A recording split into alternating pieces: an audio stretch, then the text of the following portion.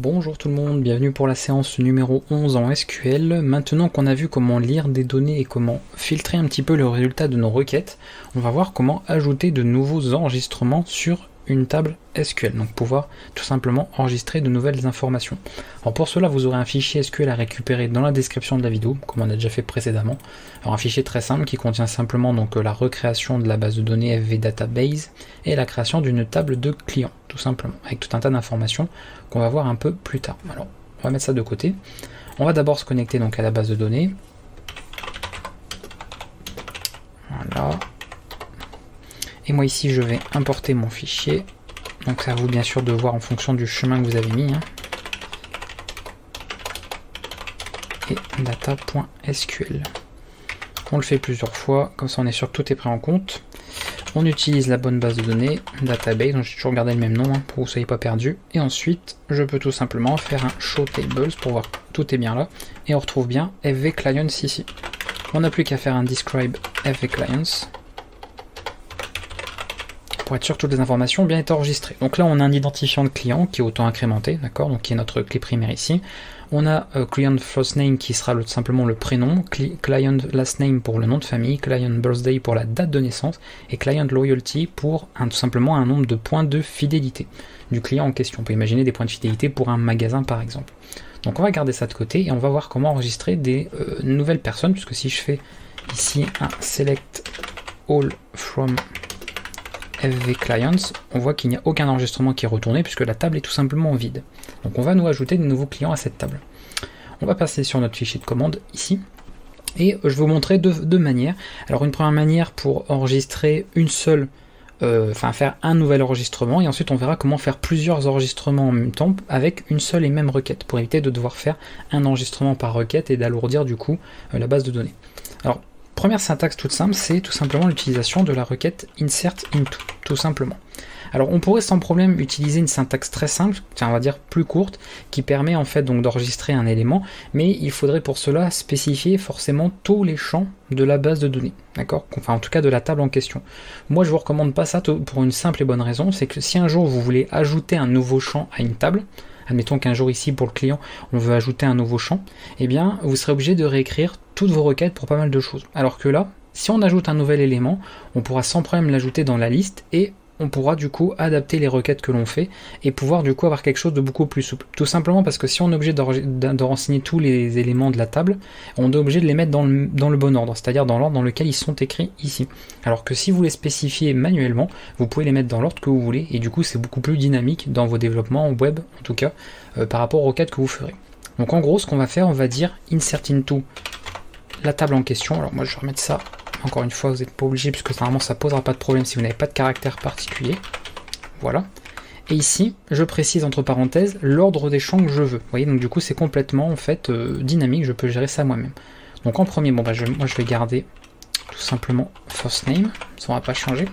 On n'est pas l'identifiant puisqu'il est auto-incrémenté par la base de données, donc il a évidemment aucun intérêt de l'ajouter nous-mêmes. C'est à la base de données de le générer automatiquement. Last name. Ensuite, la date de naissance. Je fais n'importe quoi là. Donc je sépare chacun des champs par une virgule, bien évidemment. Et ensuite, loyalty. Voilà. Comme ça, si un jour je veux ajouter un nouveau champ, bah vous voyez, je pourrais le mettre n'importe où. Et il suffira de l'ajouter dans les valeurs qu'on va enregistrer. Aussi simple que ça. Et ici, je vais aller à la ligne pour que ce soit moins long. On va ajouter, dans l'ordre où j'ai renseigné dans ces parenthèses-là les éléments, les valeurs tout simplement en question. Donc du coup, first name, on va mettre ça, par exemple. Le nom de famille, donc pareil, séparé par des virgules et dans des guillemets ou double guillemets en fonction. La date de naissance, alors les dates, je vais vous faire une vidéo dédiée, il y aura une vidéo spécialement pour la gestion des dates en SQL, mais en gros le format c'est le suivant, comme ceci, l'année donc en 4, ensuite un tiret, le mois et ensuite le jour. D'accord, on pourrait même par la suite ajouter des heures, des minutes et des secondes dans ce format-là, mais on aura de toute façon une vidéo dédiée spécialement pour les dates et les heures. Donc moi je vais mettre une date de naissance sous ce format-là, donc année, mois, jour, et ensuite un certain nombre de points de fidélité. Voilà, avec cette simple requête, on va faire un seul enregistrement. Je vais copier-coller tout ça. On va aller ici, on va copier-coller dans le terminal, on fait entrer, et ça a été ajouté. Et là je peux refaire une récupération de tous les clients, et voir que le premier a bien été ajouté. Comme vous voyez, l'identifiant a été automatiquement généré, donc il commence par 1. Voilà, il sera auto-incrémenté avec chacun des éléments qui sont bien mis là où il faut. Donc voilà comment on fait un enregistrement tout simplement via une requête simple en SQL qui est insert into. Si jamais, et on va terminer avec ça parce que la vidéo est très courte, il n'y a pas grand chose à voir de plus, si vous voulez ajouter plusieurs éléments d'un seul coup, vous n'allez pas vous amuser à répéter tout ça, d'accord? Et en changeant par exemple les informations ici, d'accord? Ce serait beaucoup plus lourd, ça ferait une requête pour chaque enregistrement, ce qui est évidemment pas du tout optimisé. Là, ce que vous allez pouvoir faire, c'est tout simplement là de mettre une virgule en fait, et de répéter les éléments là. Donc on va remettre ça, d'accord? Alors je vais mettre les mêmes informations, hein, je peux en bêta mettre d'autres informations. J'ai pas mis de contrainte d'unicité. Voilà, en gros. Donc là, je vais faire du coup 5 enregistrements d'un coup, donc j'aurai à la fin 6 enregistrements dans ma base de données. Enfin, en tout cas dans la table FV Client. Donc je refais tout ça.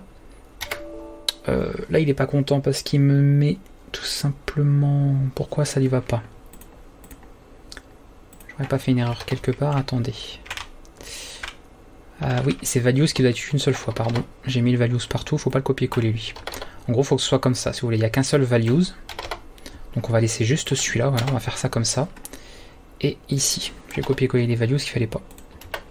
Ici, ici, et là. Voilà comment que ça s'écrit, hein, d'accord? Un seul values, et pour dire, voilà, il prend toutes ces valeurs, et on sépare le groupe ici de parenthèses par des virgules, tout simplement. Donc on va faire ça, ça sera quand même mieux. Et voilà, on a 5 enregistrements qui ont été mis. On va faire du coup un select étoile from FV Clients à nouveau, et on a bien nos 6 enregistrements au total. Voilà comment vous pouvez du coup faire des enregistrements massifs sans devoir encore une fois faire une requête pour chaque enregistrement, ce qui serait vraiment très lourd. Donc si vous devez enregistrer plusieurs informations à la fois, vous n'en faites qu'une seule. Vous pouvez faire ça via une seule requête, c'est bien plus optimisé. Donc voilà comment vous pouvez tout simplement enregistrer de nouvelles informations dans une table en SQL. Pour la prochaine vidéo, histoire de ne pas faire voilà, des trucs trop longs et que ce soit bien réparti, on verra comment modifier certains éléments de nos tables et comment supprimer aussi des éléments. Donc notamment la suppression qui demande un peu d'attention pour ne pas évidemment par exemple supprimer la totalité d'une table SQL, ce qui serait assez dramatique quand on veut par exemple ne supprimer qu'un seul enregistrement. Donc on regardera tout ça pour les séances suivantes et je vous dis à bientôt. N'hésitez pas s'il y a des questions ou quoi que ce soit par rapport à cette partie-là, à laisser des commentaires sous la vidéo et n'hésitez pas également à vous entraîner. Vous voyez, je vous passe quand même pas mal de petits fichiers, donc n'hésitez pas à tester un petit peu tout ce que vous avez vu sur les requêtes SQL, à tout revoir pour rien oublier au fur et à mesure des vidéos qui avancent sur cette formation. Et du coup on se retrouvera pour des nouvelles requêtes déjà pour la séance prochaine. À bientôt.